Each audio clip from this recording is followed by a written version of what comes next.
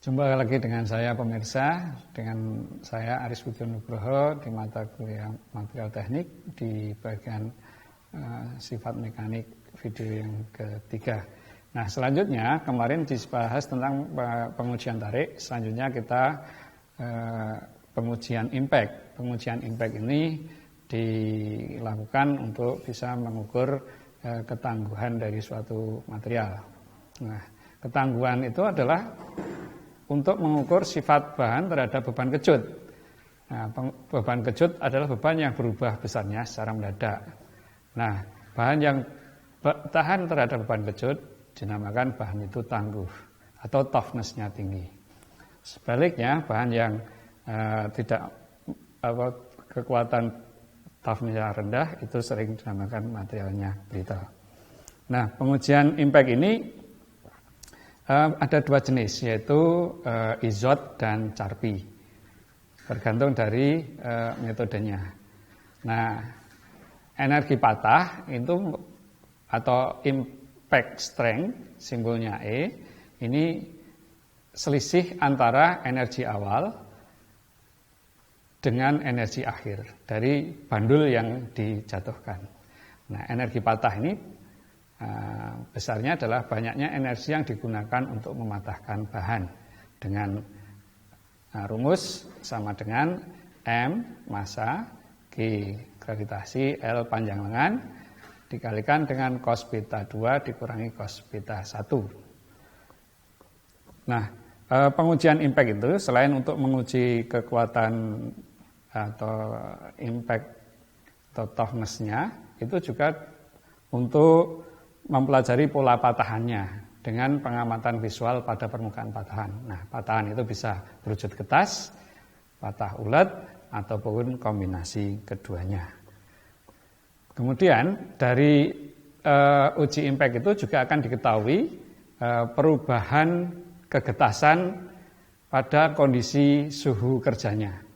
Nah, material-material yang berstruktur kristal BCC itu mempunyai transisi kegetasan yang sangat tajam. Sementara untuk material yang FCC itu tidak mengalami penggetasan pada suhu rendah. Nah, kemudian berikutnya adalah pengujian lelah atau fatigue. Ini dilakukan untuk melihat atau mengetahui bentuk kegagalan yang terjadi akibat pembebanan dinamik dan tegangan berfluktuasi dengan siklus tertentu pada suatu struktur. Kegagalan ini biasanya terjadi di bawah tegangan yield atau di bawah tegangan luluhnya. Dan yang berbahaya, gagal ini terjadi secara tiba-tiba dan menunjukkan patah getas dan tanpa ada petunjuk awal. Nah, jenis pembebanan siklik yang diberikan bisa berupa beban aksial, bisa tarik tekan, atau bending, atau torsi.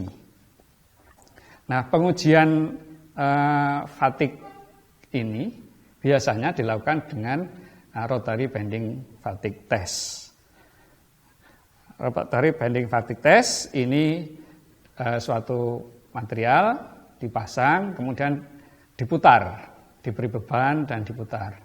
Nah, biasanya akan terjadi patah lelah.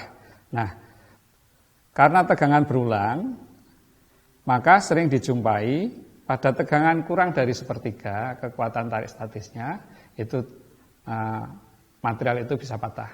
Itu tanpa konsentrasi tegangan. Apabila ada konsentrasi tegangan pada struktur, maka material akan putus pada tegangan yang jauh lebih rendah. Nah, beban dinamik yang terjadi itu bisa berupa tegangan bolak-balik atau tegangan berulang ataupun tegangan yang berfluktuasi. Hasil dari pengujian fatigue yang berupa siklus patah dengan tegangannya ditampilkan dalam bentuk grafik. Sumbu vertikal adalah tegangan, sumbu horizontal ada siklus patahnya. Nah, kemudian digambarkan di situ, maka kemudian kita bisa menentukan fatigue limitnya Untuk material yang tidak untuk baja itu fatigue limitnya bisa sampai 10⁻⁶ siklus, sementara untuk material yang tidak nampak seperti aluminium itu pengujiannya harus sampai 10⁻⁷. Nah, dari hasil uji itu juga bisa dilihat penampang patahnya. Itu dari fraktografi patah fatik bisa dilihat ada permukaan yang merupakan patah fatik, kemudian ada juga patah final failure-nya yang berwujud permukaannya kasar. Sementara yang patah fatik permukaannya terlihat lebih halus. Kemudian selanjutnya adalah pengujian kekerasan. Pengujian kekerasan ini dilakukan untuk mengetahui kekerasan suatu benda yang menyatakan ketahanan bahan terhadap deformasi, baik itu deformasi plastik maupun deformasi permanen, bila bahan itu diberi beban atau gaya dari luar. Nah, pengujian kekerasan ini ada beberapa metode. Yang pertama adalah tes goresan, tes indentasi, tes pantulan, dan tes dinamik. Tes goresan atau tes gores itu diperkenalkan oleh Frederick Moss. Prinsip dasarnya dengan menggoreskan benda yang akan diukur kekerasannya dengan benda lain sebagai pengukur. Skalanya bisa 1 sampai 10. Dari yang terkeras, intan, sampai talk yang terlunak. Kemudian metode yang kedua, ya, tes pantul atau menggunakan Short scleroscope. Prinsip dasarnya, indenter yang berujung intan dijatuhkan dari ketinggian tertentu dan tinggi pantulan diukur yang menunjukkan kekerasan. Semakin tinggi pantulan, nilai kekerasannya semakin tinggi. Kemudian yang nomor 3 yaitu tes kekerasan dengan indentasi. Ada 4 jenis, yaitu yang pertama menggunakan metode Brinell, yang kedua Vickers, Knoop, dan Rockwell. Dari keempat ini dibedakan dari bentuk indentornya. Untuk Brinell itu berbentuk bola, Vickers itu berbentuk piramid, kemudian Knoop itu juga diameter piramid dengan panjang diagonalnya berbeda. Kemudian untuk yang kekerasan dengan indentor Rockwell itu berbentuk cone atau kerucut. Kemudian yang selain 4 itu untuk logam. Sementara untuk yang non logam itu ada yang dinamakan durometer. Ini biasanya dilakukan untuk karet, walaupun juga ada bisa untuk logam. Nah, biasanya untuk shore yang model A itu adalah untuk plastik atau karet, kemudian model D itu untuk material keras atau logam.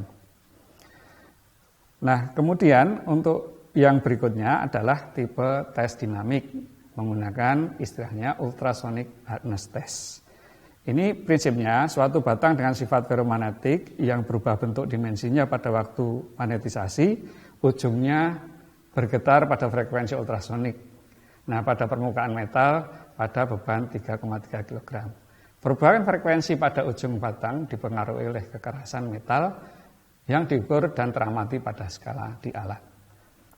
Kedalaman penetrasi itu kedalaman indentasi tester kurang dari 0,013 mm. Nah, peralatan ini sangat portable, bisa mudah dibawa kemana-mana. Namun sebagian besar atau terbatas penggunaannya pada logam saja.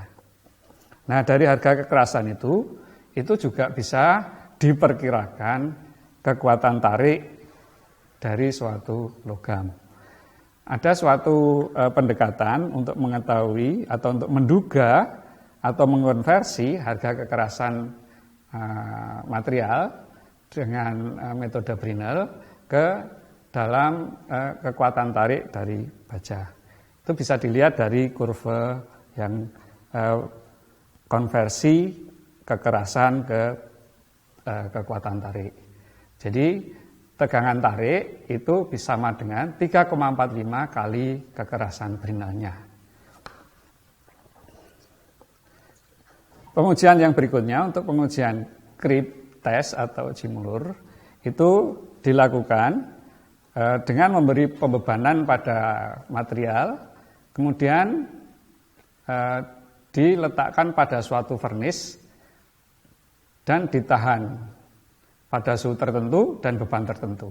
Nah, nanti akan terdapat kurva yang digambarkan dengan sumbu vertikal ada regangan, sumbu horizontal adalah waktu.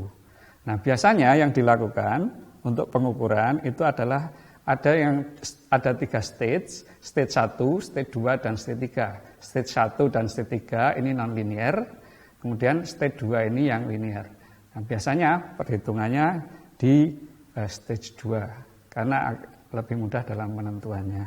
Demikian tadi uji sifat mekanik, yaitu impact, uji kekerasan, uji fatigue, uji grip.